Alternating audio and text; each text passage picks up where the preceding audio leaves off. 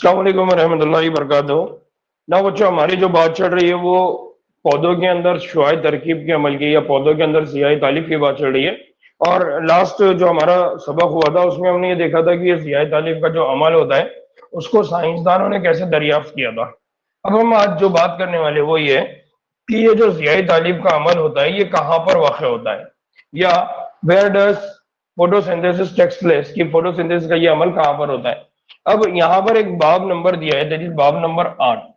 तो हम पढ़ेंगे कि बाब नंबर 8 का मतलब कौन सा है। ये है जिसको बोल हम आगे चल के पढ़ेंगे, cell the unit of life. Cell the unit of life ये सबक है, यानी जिसको उर्दू में कहा जाता है खलिया हयात की इकाई। इस सबक में हम डिटेल में क्लोरोप्लास्ट को लेकर डिस्कशन वहां भी करेंगे ना। अब ये जो सवाल है, इस सवाल का जवाब क्या है। इस सवाल का जवाब ये है कि जो सब्ज पत्ती होती है, यानी जो लीफ होता है, जो पत्ता होता है, उस पत्ते के अंदर एक ऑर्गन होता है, उसको बोला जाता है क्लोरोप्लास्ट। क्या होता है?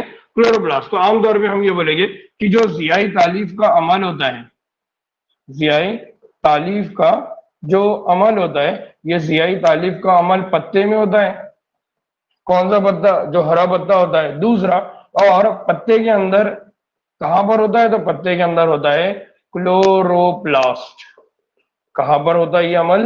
क्लोरोप्लास्ट के अंदर होता है। फिर दूसरी चीज कि ये जो जियाई तालीफ का अमल होता है वो सिर्फ सब्ज पत्तियों में वाक़ होता है, कतई तौर पे। यानी असल में ये जो अमल होता है ये सिर्फ कहां पर होता है? सब्ज पत्तियों में होता है, उसके अलावा किसी और जगह नहीं होता। लेकिन ये पौधे दूसरे सब्ज हिस्सों में भी वाक़ होते हैं। यानी अगर बात करते हैं तो ये पौधे के दूसरे हिस्सों में भी वाक़ होते हैं। कौन दूसरे हिस्से में वाक़ होते हैं? जो क्लोरोप्लास्ट है। तो क्लोरोप्लास्ट अगर दूसरे, जैसा हम कहते हैं ना, जब पौधा उगता है, पौधा बनता है, तो वो पूरी तरह से हरा रहता है, यानी उसका जो तना होता है वो भी हरा होता है। तो वो हरा क्यों होता है? क्योंकि उस वक्त उस तने के अंदर कौन मौजूद है? क्लोरोप्लास्ट, जिसकी वजह से वहां पर कौन सा अमल हो रहा है? जियाई तालीफ का अमल हो रहा है। तो कुछ जगह पर हम ये देखते हैं कि जियाई तालीफ का जो अमल है वो पत्तों के अलावा भी दूसरे हिस्सों में हो रहा है। क्यों हो रहा है? इसलिए हो रहा है क्योंकि उन जगह पे कौन मौजूद है?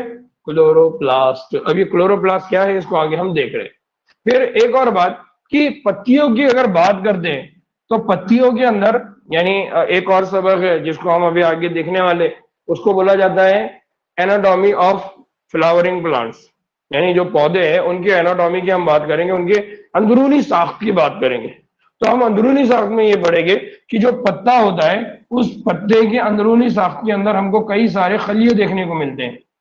और एक टाइप का जो खलिया होता है उस खलिये को यहां पर बोला जाता है मीजोफिल।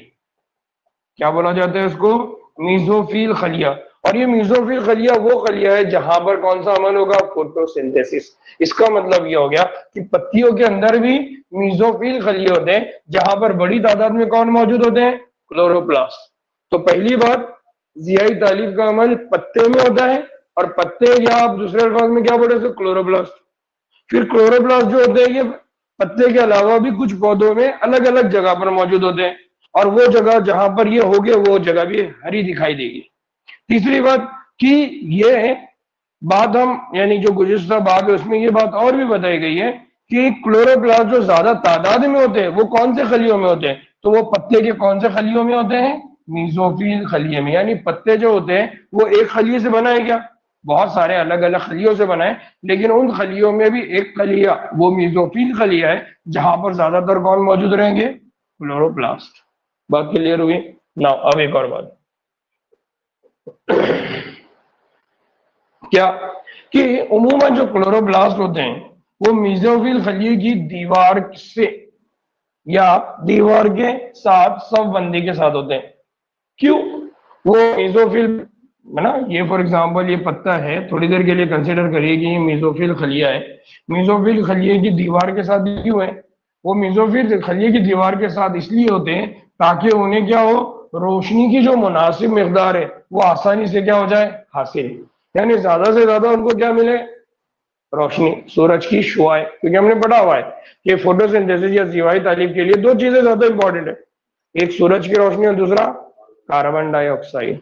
तो इसलिए यहाँ पर ये जो सियाही तालीफ का अमल जब होगा तो हम ये कह रहे हैं कि मेसोफिल खलियों में होगा, और मेसोफिल खलियों के अंदर क्लोरोप्लास्ट जो होंगे वो मेसोफिल की दीवार से चिपक के रहेंगे, वहां सब बंदी वो करेंगे। फिर एक और चीज है, जो क्लोरोप्लास्ट होता है, क्लोरोप्लास्ट उसके अंदर अलग अलग शक्ल होती है। तो ये क्या होती है, इसकी चपटी सतह होती है, और ये चपटी सतह को क्या करता है, दीवार के मुतवाजी रखता है। और सवाल ये आता है कि ये कब वकू पजीर रोशनी के लिहाज से, यानी रोशनी के लिहाज से ये क्या होता है, उमूदी तौर पर होते हैं।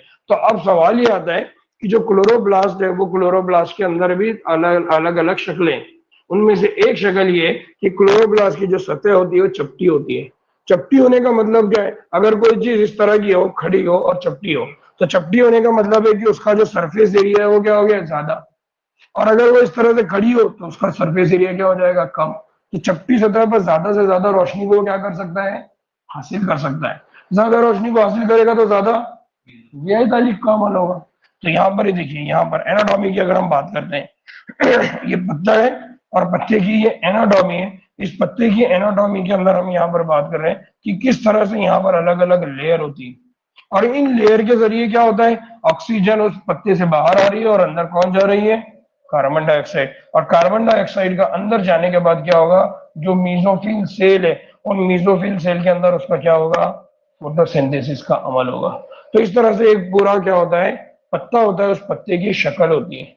ये बात हम जब एनाटॉमी पढ़ेंगे कि पत्ते की जो साख्त होती है वो किस तरह से होती है, कितने अलग अलग खलियों से मिलकर वो बना होता है, तब हम उसको अच्छी तरह से समझने की कोशिश करेंगे। ठीक है, यहाँ पर बात समझ में आई। यही तालीफ का अमल कहाँ होता है, पत्तों में होता है। पत्तों में भी कहाँ होता है, क्लोरोप्लास्ट में होता है। और क्लोरोप्लास्ट जो होती है वो कहाँ पर होती है, मेसोफिल खलियों में ज्यादा होती है। और मेसोफिल खलियों में भी जो क्लोरोप्लास्ट है उसकी जो चपटी सतह होती है वो रोशनी को ज्यादा से ज्यादा हासिल करने के लिए उमूदी खत पे आके खड़े हो जाती है, यानी खड़ा सीधा। नो, अगर क्लोरोप्लास्ट की साख्त की बात करें तो अगेन मैंने बोला कि हम cell the unit of life में पढ़ेंगे। दूसरा हम यहाँ पर भी उसको समझने की कोशिश कर रहे हैं क्या, कि जो क्लोरोप्लास्ट होती है, क्लोरोप्लास्ट के अंदर मौजूद होता है ग्रेना, और क्लोरोप्लास्ट के अंदर मौजूद होता है स्ट्रोमा, और स्ट्रोमा के अंदर मौजूद होता है स्ट्रोमी लेमेली, और साथ ही साथ स्ट्रोमल सयाल, और साथ ही साथ उसके अंदर क्या होता है, झिल्लियों का निशान। अगर आप यहाँ देख रहे हैं, यहाँ पर मैंने एक क्लोरोप्लास्ट को ऐड किया हुआ है। इस क्लोरोप्लास्ट के अंदर अगर हम बात करते हैं तो जो खाली जगह होती है उस खाली जगह को क्या बोला जाता है, स्ट्रोमा। और इसके अंदर ये जो छोटे छोटे छोटे छोटे बॉक्स आपको दिख रहे हैं, इन बॉक्स का एक जो बंच होता है उसको बोला जाता है ग्रैना, या उसको बोला जाता है ग्रैनम। तो यहाँ पर जो बोला गया ना कि स्ट्रोमा के अंदर कौन मौजूद होते हैं, ग्रैना। ये जो ग्रैना है ये इस तरह की शक्ल है, ये 1 2 3 4 इस तरह के। तो जिस तरह से सिक्के होते हैं, हमारे कॉइन होते हैं, एक के ऊपर एक हम रखते हैं, तो इस तरह से ये कॉइन्स है जिसको एक के ऊपर एक रखा गया, तो इनको क्या बोला जाता है, इनको बोला जाता है ग्रैना। और ये एक एक जो कॉइन है, इस एक एक कॉइन को क्या बोला जाता है, इस एक एक कॉइन को बोला जाता है थैलाकॉइड। क्या बोला जाता है इसको, थैलाकॉइड। ठीक है, तो थैलाकॉइड, थैलाकॉइड से मिलकर क्या बनेगा, ग्रैना। और इस तरह से हम ये करें कि जो क्लोरोप्लास्ट होता है उसमें दो हिस्से, एक है ग्रैना, दूसरा है स्ट्रोमा। अब स्ट्रोमा के अंदर भी क्या होता है, स्ट्रोमा लेमेली। स्ट्रोमा लेमेली का मतलब क्या होता है, स्ट्रोमा लेमेली का मतलब ये होता है कि फॉर एग्जांपल ये एक थैलाकॉइड है, उसके नीचे दूसरा थैलाकॉइड है, तीसरा थैलाकॉइड है, चौथा थैलाकॉइड है, फिर यहाँ पर एक और थैलाकॉइड है, लेकिन ये थैलाकॉइड दूसरे ग्रैना के साथ जुड़ा हुआ है। तो अब इस तरह से यहाँ पर ये एक ग्रैना बन गया। अब ये ग्रैना के अंदर ये जो जोड़ने वाली इसको बीच में थैलाकॉइड है, या जो लिंक है, इस लिंक को बोला जाता है स्ट्रोमा लैमेला। इसको क्या बोला जाता है, लैमेला। क्या बोला जाता है इसको, लैमेला। और ये लैमेला चूंकि कहां पर मौजूद है, स्ट्रोमा में, यहाँ पर इस स्पेस में, इसलिए उसका नाम क्या रख दिया गया, स्ट्रोमा लैमेली। तो बुनियादी तौर पे याद रखना है कि क्लोरोप्लास्ट के अंदर अलग अलग हिस्से, उनमें से पहला हिस्सा कौन है क्लोरोप्लास्ट का, उसको बोला जाता है ग्रैना। दूसरा हिस्सा कौन है, स्ट्रोमा लैमेला। तीसरा उसके अंदर मौजूद होता है स्ट्रोमा सियाल, और साथ ही साथ वहां पर होती है झिल्लियां।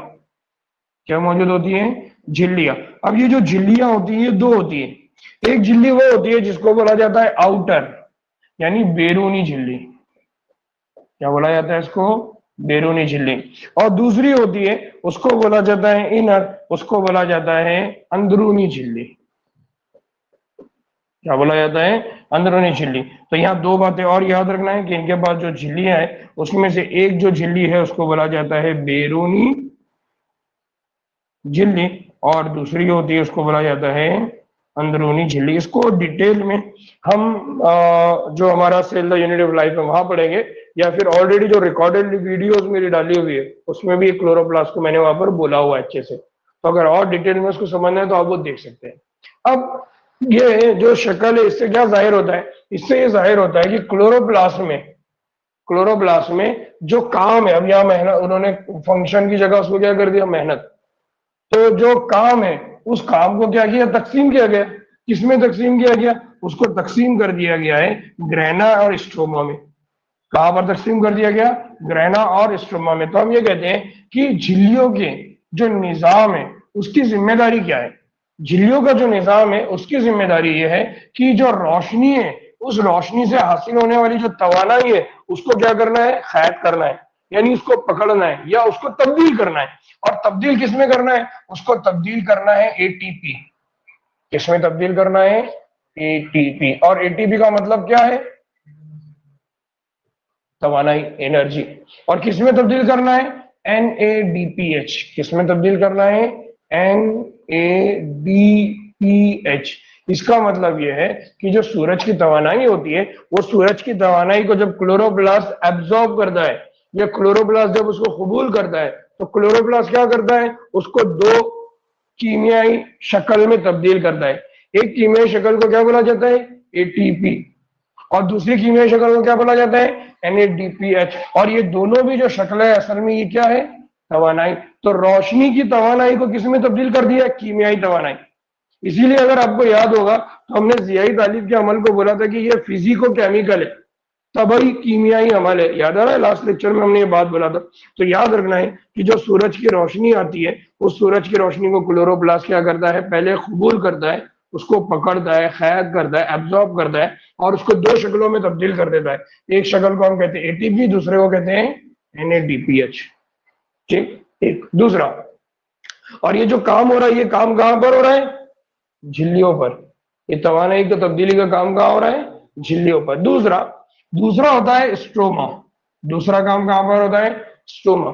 स्ट्रोमा में वहां पर मौजूद होते हैं खामरे। और आपको याद होगा खामरे का डेफिनेशन मैंने बोला था, या खामरे को इंग्लिश में क्या कहते हैं? एंजाइम्स।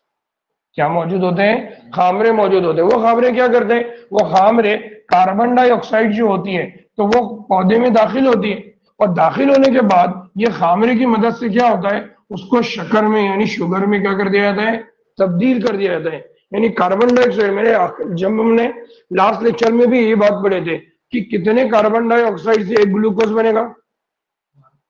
6 कार्बन डाइऑक्साइड आएंगे तो कितना? एक ग्लूकोज का मॉलिक्यूल बनेगा। तो ये जो ग्लूकोज का मॉलिक्यूल बन रहा है वो बन कहां पर रहा है? स्ट्रोमा। इसका मतलब जो तवानाई आती है उस तवानाई को ट्रैप कौन करता है? झिल्लियां। और झिल्लियां उस रोशनी को ट्रैप करते हैं, और अंदर का जो हिस्सा है जिसको हम क्या कह रहे हैं? स्ट्रोमा। उस स्ट्रोमा के अंदर कौन सा काम होता है? कार्बन डाइऑक्साइड को जोड़ने का। और कार्बन डाइऑक्साइड को जोड़कर क्या बनाना है? ग्लूकोज। बात क्लियर हुई ना? अब देखें, बाद में ये जो ग्लूकोज है ये ग्लूकोज एक साथ जुड़ेंगे और उस तरह से वो क्या बन जाएंगे? निशास्ता में तब्दील हो जाती है। तो निशास्ता के मामले में हमने इंग्लिश में क्या लफ्ज पढ़ रहे थे हम निशास्ता के लिए? स्टार्च। तो इसलिए मैंने, अगर आपको याद होगा तो स्टार्च के मामले में दिखाया था कि स्टार्च जो होता है ये पॉलीमर होता है। पॉलीमर का मतलब क्या होता है? बहुत सारी ग्लूकोज से मिलकर बनता है। बहुत सारी ग्लूकोज से मिलकर ये बनता है, इसलिए उसको क्या बोला जाता है? पॉलीमर। क्या बोला जाता है उसको? पॉलीमर। नाउ एक और बात समझना है कि ये दोनों जो अमल हुए, एक अमल जो हो रहा है जहां पर रोशनी को ट्रैप किया जा रहा है, पकड़ा जा रहा है, वो अमल झिल्ली पर हो रहा है। दूसरी जगह स्ट्रोमा है जहां पर कार्बन डाइऑक्साइड को पकड़ा जा रहा है और ग्लूकोज में तब्दील किया जा रहा है। अब अवलुस जिक्र जो अमल है, अवलुस जिक्र अमल मतलब जो झिल्लियों पे हो रहा है उसको, चूंकि वो अमल रोशनी का दखल है, यानी उस अमल को करने में कौन इन्वॉल्व हो रहा है? रोशनी, यानी सूरज की किरणें, सूरज की रोशनी। तो इसलिए इस अमल को बोला जाता है नूरी तामुलात। क्या बोला जाता है इसको? नूरी तामुलात। इसको क्या बोला जाता है? Right light reaction. इसका मतलब लाइट रिएक्शन या नूरी तामुल कहां पर होता है? झिल्लियों पर। झिल्लियों का मतलब कौन है? झिल्लियों का मतलब कौन है? झिल्लियों का मतलब यहां पर है, कहां पर अमल हो रहा है वो? ग्रैना। यानी वो कहां पर अमल हो रहा है? थैलाकॉइड। तो थैलाकॉइड से मिलकर क्या बना है? ग्रैना। और ये जो ग्रैना दिख रही है आपको, तो ग्रैना असल में क्या है? अंदरूनी सतह पर ये झिल्लियां हैं। इसलिए हम ये कह रहे हैं कि जो रोशनी को पकड़ने का अमल होता है वो कौन अंजाम देता है? अंदरूनी झिल्ली। कौन अंजाम देता है? और अंदरूनी झिल्ली पर चूंकि ये जो अमल हो रहा है ये रोशनी की मौजूदगी में हो रहा है, इसलिए उसको क्या बोला जा रहा है? नूरी तामुल।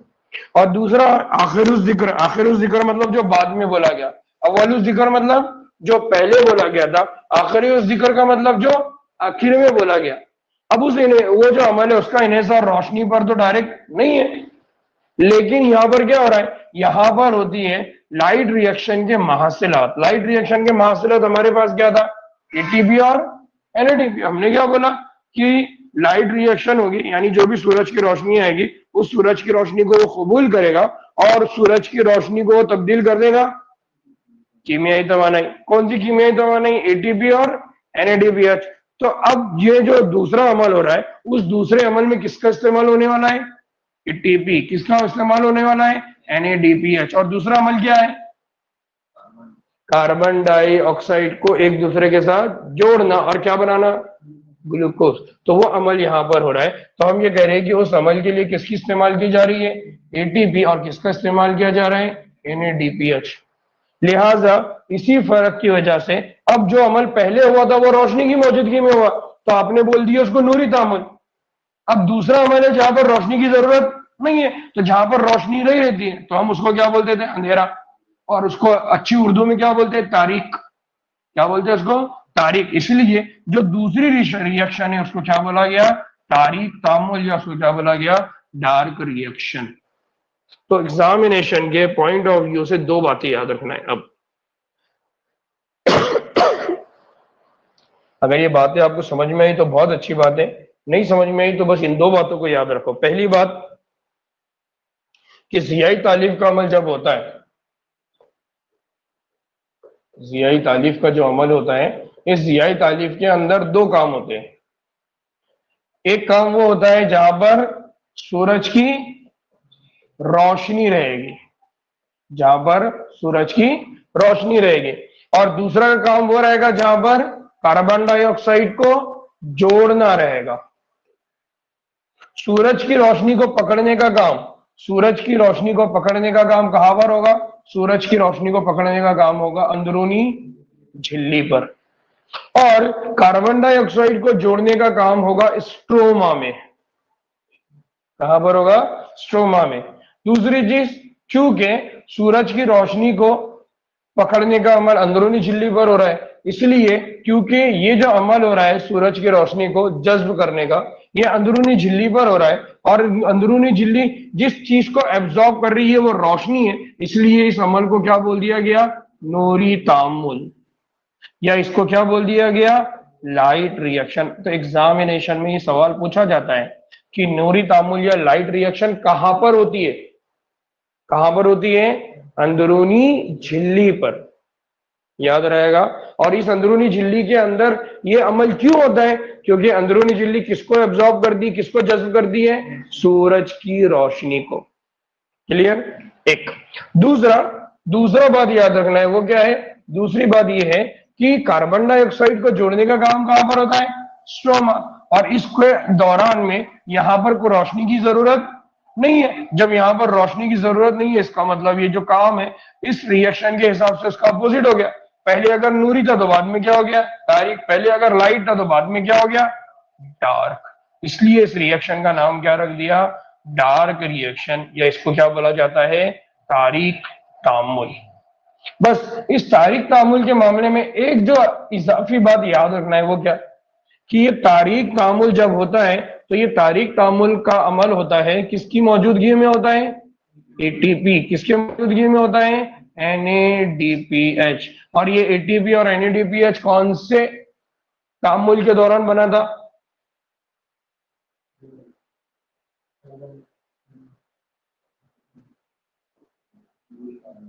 कब बना था? नूरी तामुल। तो जो नूरी तामुल के दौरान क्या बनती है? ATP NADPH। यही एटीपी NADPH कहां पर इस्तेमाल की जाती है? तारीक तामुल में। बहुत बुनियादी सवालात के जवाब मैंने यहाँ बहुत आसान से दिए। क्या क्लोरोप्लास्ट में ज़ियादा का अमल होता है? ज़ियादा में दो रिएक्शन होती है, एक को जो होती है वो सूरज की रोशनी को जज्ब करने का अमल होता है, दूसरा अमल क्या होता है? कार्बन डाइऑक्साइड को जोड़ने का। सूरज की रोशनी को जज्ब करने का अमल कहां पर होता है? अंदरूनी झिल्ली। क्योंकि यहाँ पर सूरज की रोशनी को जज्ब किया जा रहा है इसलिए इसका नाम क्या रख दिया? नूरी तामुल लाइट रिएक्शन। दूसरा जो अमल होता है वो अमल कार्बन डाइऑक्साइड को जोड़ने का, वहां पर लाइट की जरूरत नहीं है इसलिए उसका नाम क्या रख दिया? तारीक तामुल। और ये अमल कहां पर होता है? और इस अमल को अंजाम देने के लिए जो तवानाई की जरूरत पड़ती है वो तवानाई कहां से हासिल की गई है? नूरी तामुल से। कहां से हासिल की गई है? और नूरी तामुल में जो भी तवानाई होती है वो तवानाई को किस शक्ल में जमा करके रखा जाता है? एटीपी और NADPH। याद रहेगा।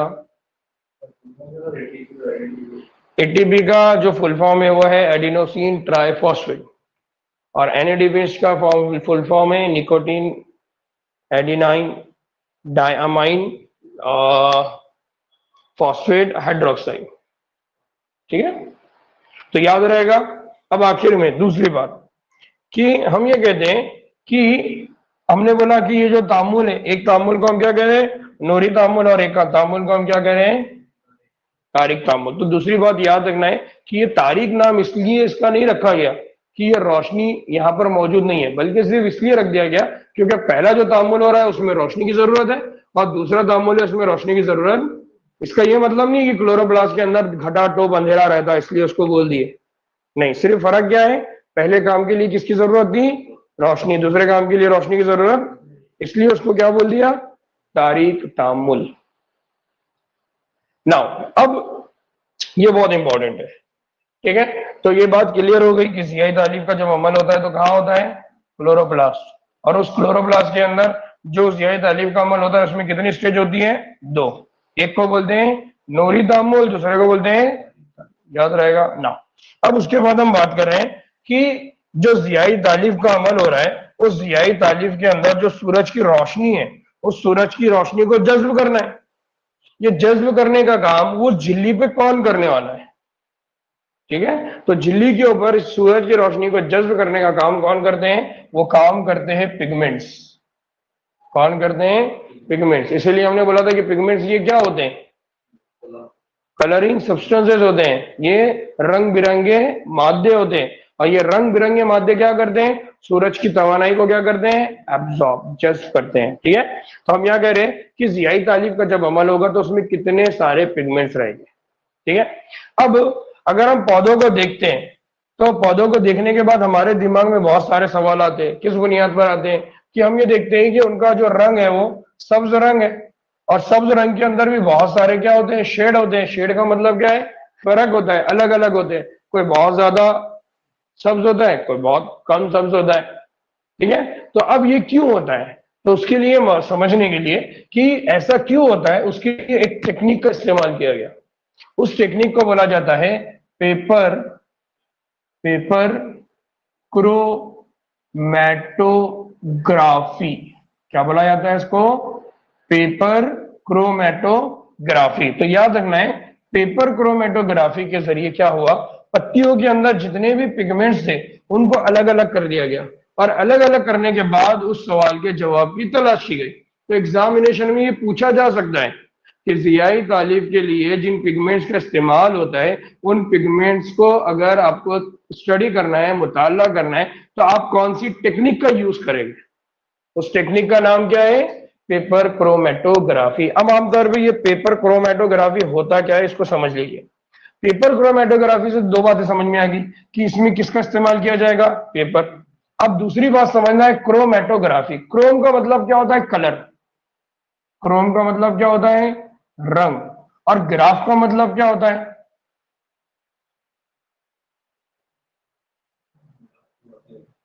ग्राफ का मतलब होता है किसी भी चीज को अया करना, किसी भी चीज को वाज़ेह करना, किसी भी चीज को दिखाना। ठीक है, जब हम आपने कहना 8वीं 9वीं 10वीं में ग्राफ बनाए होंगे ना, ग्राफ पेपर पे आपने अलग अलग, जैसा ये पीक बनी हुई है, ये जो पीक बनी है तो इसको बनाने के लिए किसका इस्तेमाल किया जाता है? ग्राफ। हम बोलते हैं ना फोटोग्राफी।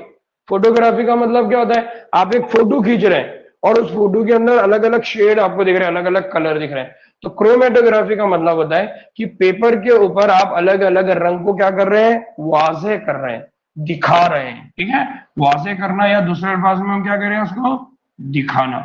इसको क्या किया जाता है? पेपर होता है, उस पेपर के ऊपर फॉर एग्जाम्पल आप जब आपने क्या किया, एक कलर यहां अपने को देखने को मिल रहा है, दूसरा कलर आपको यहां देखने को मिल रहा है, तीसरा कलर आपको यहां देखने को मिल रहा है, चौथा कलर आपको यहां देखने को मिल रहा है। तो आपने क्या किया? कलर को अलग अलग कर दिया। अब इस कलर को अलग करने की वजह से आपको क्या पता चल रहा है? आपको यह पता चल रहा है कि जो मादा आपके पास था वो मादे में एक कलर है क्या? उसमें तो अलग अलग कलर है, लेकिन दिखने को वो तो आपको एक ही दिख रहा है। यानी जब आप पत्ते को तोड़ते हैं या पत्ते को देखते हैं तो वो हरा कलर दिखता है, लेकिन वो हरा नहीं है, असल में उसके अंदर और भी बहुत सारी चीजें हैं। लेकिन उसके ऊपर जो डोमिनेंट है, जो गालिब है, वो कौन है? हरा कलर। ठीक है, तो इस तरह से उन्होंने उसको अलग किया। तो उससे क्या मालूम पड़ा? पत्तियों के जो पिगमेंट्स होते हैं उनको जब क्रोमेटोग्राफिक टेक्निक के जरिए अलग अलग किया गया तो ये मालूम पड़ा कि पत्तियों का जो रंग है वो सिर्फ एक पिगमेंट की वजह से नहीं है, बल्कि ये जो है वो कितने पिगमेंट की वजह से है? चार। कितने पिगमेंट्स होते हैं यहाँ पर? चार पिगमेंट। और ये चार पिगमेंट कौन कौन से? इन चार पिगमेंट के नाम है। सबसे पहला पिगमेंट है जिसको बोला जाता है पिगमेंट क्लोरोफिल ए। क्या बोला जाता है इसको? Chlorophyll A. दूसरा होता है, इसको बोला जाता है क्लोरोफिल बी। तीसरा होता है, उसको बोला जाता है जेंथोफिल। क्या बोला जाता है? और चौथा जो होता है उसको बोला जाता है कैरोटीनॉइड। क्या बोला जाता है? कैरोटीनॉइड। तो आप अगर यहाँ पर लाइन देख रहे हैं ना, तो एक पिगमेंट है जिसको बोला गया क्लोरोफिल है, दूसरे को बोला गया है कैरोटीनॉइड्स, और तीसरे को बोला गया है क्लोरोफिल बी। तो चार तरह के पिगमेंट्स के नाम आपने याद रखना है। कौन कौन से पिगमेंट है? Chlorophyll a, chlorophyll b, carotenoid और जेंथोफिल। क्लोरोफिल ए की बात करें तो क्लोरोफिल ए कैसा होता है? क्लोरोफिल ए होता है चमकदार और दिखने में कैसा होता है? नीला सब्ज। ये कैसा होगा? नीला सब्ज होगा। क्लोरोफिल ए से क्या होगा? नीला सब्ज। क्लोरोफिल की बात करें तो जर्द सब्ज। जर्द सब्ज का मतलब क्या हो गया? जर्द मतलब लाल, सब्ज मतलब हरा। तो हम यहां पर इसको बोलेंगे कि ये कैसा होता है? Red green. ये कैसा होता है? Blue green. तीसरा इसको क्या बोलेंगे? जर्द। जर्द का मतलब क्या हो गया? सिर्फ रेड। कैरोटीनॉइड की बात करें तो जर्द से जर्द नारंगी। जर्द नारंगी का मतलब क्या हो गया? Red orange. ऐसा होता है? तो बुनियादी तौर पे याद रखना है कि हमारे पास जो पिगमेंट्स है उसमें कितने टाइप है? चार। Chlorophyll a, chlorophyll b, carotenoid, xanthophyll। Chlorophyll a colour कैसा होता है? पीला। पीला या नीला? नीला और सब्ज। देन क्लोरोफिल भी जर्द सब्ज। जर्द सब्ज मतलब रेड और ग्रीन। देन जेंथोफिल है कि क्रोटोनॉइड है? जेंथोफिल। जेंथोफिल जैसे सिर्फ कैसा होता है? रेड, जर्द। और आखिर में कौन है? कैरोटीनॉइड, जिसका कलर कैसा होता है? जर्द से लेकर नारंगी। याद रहेगा? तो ये चार पिगमेंट याद रखना है। यानी हम जब ये बोल रहे हैं कि जो झिल्लियां हैं उन झिल्लियों के ऊपर सूरज की रोशनी क्या होती है? जज्ब होती है। तो वो सूरज की रोशनी को जज्ब करने का काम, इंतजाब करने का काम कौन कर रहा था? पिगमेंट्स। कौन कर रहे हैं वो काम? याद रहेगा? बात समझ में आई? कंसेप्ट क्लियर हुआ? गाजिया, अल्तमाश, बात क्लियर है? आवाज कट रही है क्या?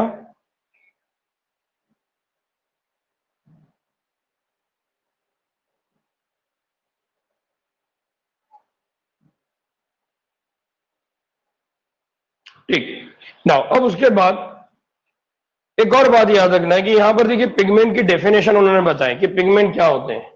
पिगमेंट जो होते हैं, पिगमेंट्स ये वो मादे हैं जो क्या करते हैं, खास तूले मौज, तूले मौज मतलब वेवलेंथ, तूले मौज का मतलब क्या होता है, जो लाइट होती है उसमें क्या होती है, उसकी एक तूल होती है, एक वेवलेंथ होती है।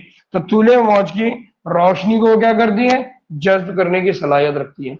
तो पिगमेंट के मामले में दूसरी बात याद रखना है कि पिगमेंट्स वो मादे होते हैं जो क्या करते हैं, अलग अलग वेवलेंथ की, अलग अलग तूले मौज के जो रोशनी होती है उसको क्या करते हैं, जज्ब।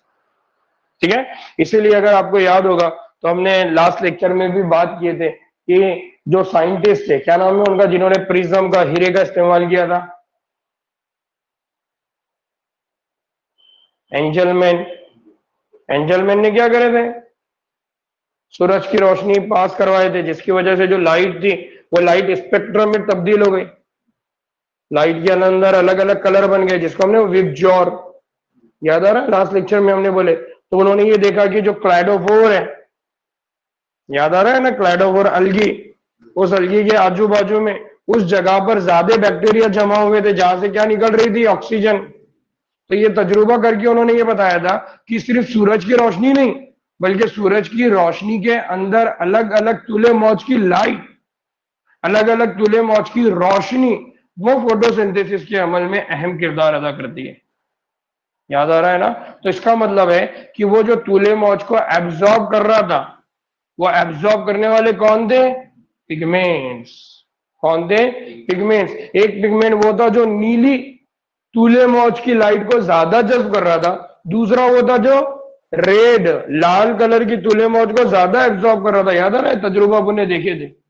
इससे इस बात समझ में आती है कि ये जो तुले, ये जो पिगमेंट्स होते हैं, ये अलग अलग तुले मौज की लाइट को, वेवलेंथ की लाइट को क्या करते हैं, जज्ब करते हैं। तो अब जरा इस ग्राफ को देखिए, कौन से ग्राफ को देखना है, ये वाले ग्राफ को। इस ग्राफ में अगर आप देखेंगे तो आपको क्या दिख रहा है कि जो क्लोरोफिल ए है वो कौन, किसको जज्ब कर रहा है, ये जज्ब कर रहा है ग्रीन कलर की लाइट को। कैरोटीनॉइड किसको जज्ब कर रहे हैं, येलो। लेकिन अभी ये जो अभी हमने पढ़ा कि कैरोटीनॉइड किसको जज्ब करते हैं, जर्द नारंगी। इसी तरह से क्लोरोफिल, क्लोरोफिल किसको करते हैं, क्लोरोफिल भी किसको करते हैं,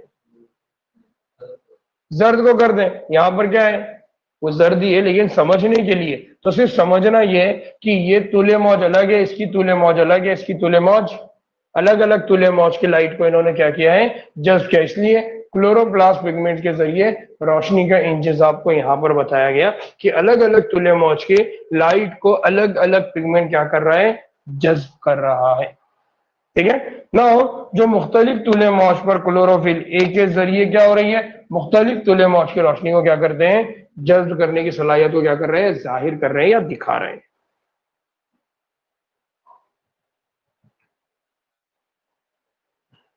ना अब उसके बाद ये है कि जो स्पेक्ट्रम है ना, अभी थोड़ी देर पहले भी हमारी बात हुई थी कि जो लाइट की स्पेक्ट्रम होती है, यानी जिसको बोला जाता है विजिबल स्पेक्ट्रम, और उसके जो लिए लफ्ज इस्तेमाल किया क्या है, विबज्योर। विबज्योर का मीनिंग क्या होता है, विबज्योर का मतलब क्या होता है, violet, indigo, then blue, then green, then yellow, फिर ऑरेंज, और आखिर में क्या रहेगा, रेड। तो हमारे पास तूले मौज की जो लाइट है, लाइट की तूले मौज को दिखाने के लिए इस तरह से अलग अलग हम उसको क्या देखते हैं, कलर देखने को मिलता है। ठीक है ना। अब अगर शक्ल, अब ये वाला जो पैराग्राफ है इसको छोड़ दीजिए। ठीक है, इसमें क्या बताया गया, इसमें बताया गया क्लोरोफिल है कि कौन सा तूले मौज है, किसके इंजिजाब की शरह ज्यादा है, किसके इंजिजाब की शरह कम है। तो इसको पैराग्राफ को हम डिस्कस नहीं कर रहे।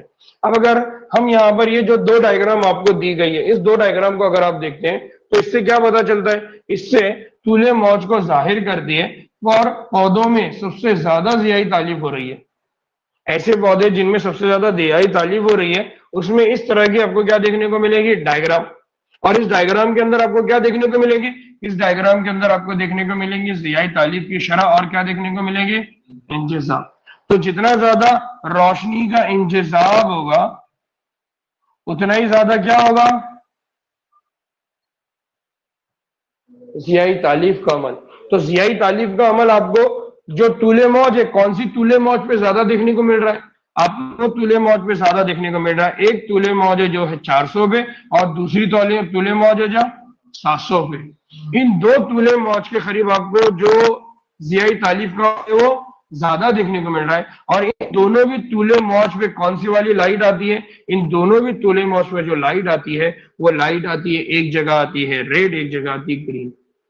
अब हम यहां पर देखो कि क्लोरोफिल ए, बी और कैरेटिनाइड के इंजेबी स्पेक्ट्रम का ग्राफ है। जियाई तालीफ के एक्शन का ये दूसरा स्पेक्ट्रम ग्राफ है, और जियाई तालीफ के एक्शन के स्पेक्ट्रम क्लोरोफिल ए के इंजेजाब स्पेक्ट्रम पर मुंतख ग्राफ है। यानी हमको यहाँ पर सिर्फ ये देखना है कि जब लाइट का इस्तेमाल होगा, जैसा अभी यहाँ पर हमने थोड़ी देर पहले देखा, ये वाली जो लाइन है, ये वाली जो लाइन है ना, ये वाली जो लाइन है, तो ये लाइट में कौन काम कर रहा है? Chlorophyll B. तो इसका मतलब ये है कि क्लोरोफिल बी पे ये इतनी लाइट अगर एब्जॉर्ब होती है तो इसका मतलब उससे इतना ज्यादा क्या होता है? जियाई तालीफ का अमल। तो ये जो काली लाइन है ये क्या बता रही है? जियाई तालीफ का अमल। और ये जो ब्लू लाइन है ये क्या बता रही है? क्लोरोफिल बी के जरिए जज्ब होने वाली सूरज की रोशनी। तो यहां पर सूरज की रोशनी का इंतजाम ज्यादा है, इसलिए यहां जियाई तालीफ का अमल ज्यादा हुआ। बात समझ में आ रही? ग्राफ से थोड़ा सा मुश्किल है, क्योंकि हम ये इस तरह के ग्राफ को पढ़ने की आदत हमको होती नहीं है, इसलिए समझने में मुश्किल जाता है। लेकिन सिर्फ दो बातें याद रखो, क्या कि ये जो लाइन है ये लाइन किसके लिए है? Chlorophyll B. और क्लोरोफिल बी क्या करता है? रोशनी का क्या करता है? इंतजाम। अब जितना ज्यादा वो सूरज की रोशनी का इंतजाम करेगा, यानी यहाँ पर सूरज की रोशनी का इंतजाम ज्यादा हो रहा है और यहाँ पर सूरज की रोशनी का इंतजाम ज्यादा हो रहा है, इस जगह पर सूरज की रोशनी का इंतजाम कम हो रहा है।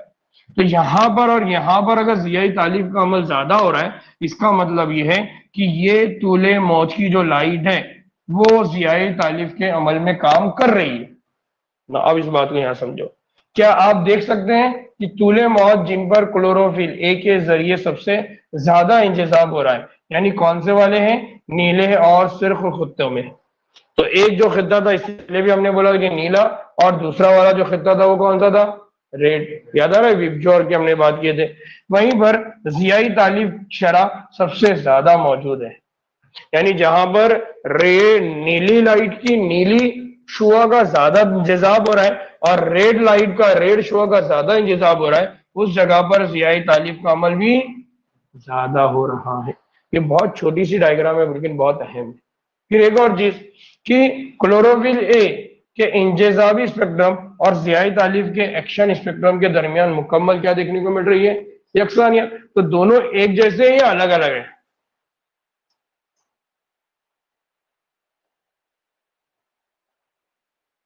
दोनों एक जैसे हैं, क्या अलग अलग है? नहीं, जितना ज्यादा यहाँ पर इंजेसाब होगा उतना ही ज्यादा यहाँ पर क्या होगा? जियाई तालीफ का अमल। तो इसका मतलब जो जियाई तालीफ का अमल है वो किसके ऊपर मुनासिर है? सूरज की रोशनी के स्पेक्ट्रम पे। कौन से दो स्पेक्ट्रम यहाँ पर ज्यादा जियाई तालीफ के अमल को अंजाम दे रहे हैं? नीला और सुर्ख। कौन कौन सा है? नीला और सुर्ख ना। अब उसको यहां पर देखते हैं। यहां पर देखिए, शायद यहां पर बात समझ में है। ये रेड रीजन है और ये ब्लू रीजन है। तो ब्लू रीजन में यहां पर देखिए और रेड रीजन में यहां पर देखिए, ये क्लोरोफिल वाले रीजन है। इसका मतलब अगर यहाँ सूरज की रोशनी ज्यादा जज्ब हो रही है तो यहाँ जियाई तालीफ का अमल, इसका मतलब ये अमल जो जियाई तालीफ का अमल है उसमें सबसे ज्यादा इंपॉर्टेंट रोल कौन प्ले करता है? क्लोरोफिल। तो एक जगह होगा क्लोरोफिल ए, दूसरी जगह होगा क्लोरोफिल ना। अब ये ग्राफ मजमूई तौर पर क्या बता रहा था? ये बताता है कि ज्यादातर जो जियाई तालीफ है वो स्पेक्ट्रम के दो हिस्सों पे होती है, एक नीले है और एक सुर्ख। बात क्लियर हुई पहली? कौन से स्पेक्ट्रम पर ज्यादातर जियाई तालीफ का अमल होगा? नीले और सुर्ख। पहले जो डिस्कशन हुई हो सकता है कि उसमें तुम बोर हो गए होगे, लेकिन ये बात अब क्लियर होगी कि जियाई तालीफ का अमल सूरज की रोशनी के कौन से खित्तों की वजह से ज्यादा होती है? नीले और सुर्ख।